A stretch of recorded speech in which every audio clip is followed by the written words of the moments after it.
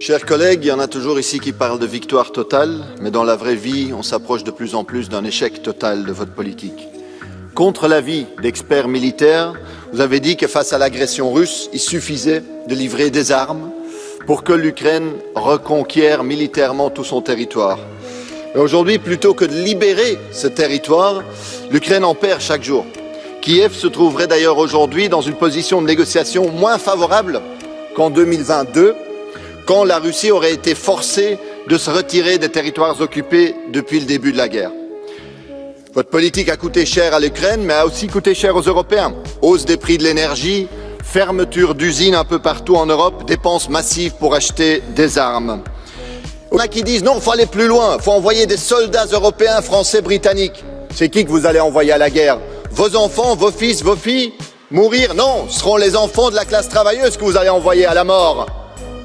Aujourd'hui, prenons l'initiative diplomatique, n'attendons pas 2025.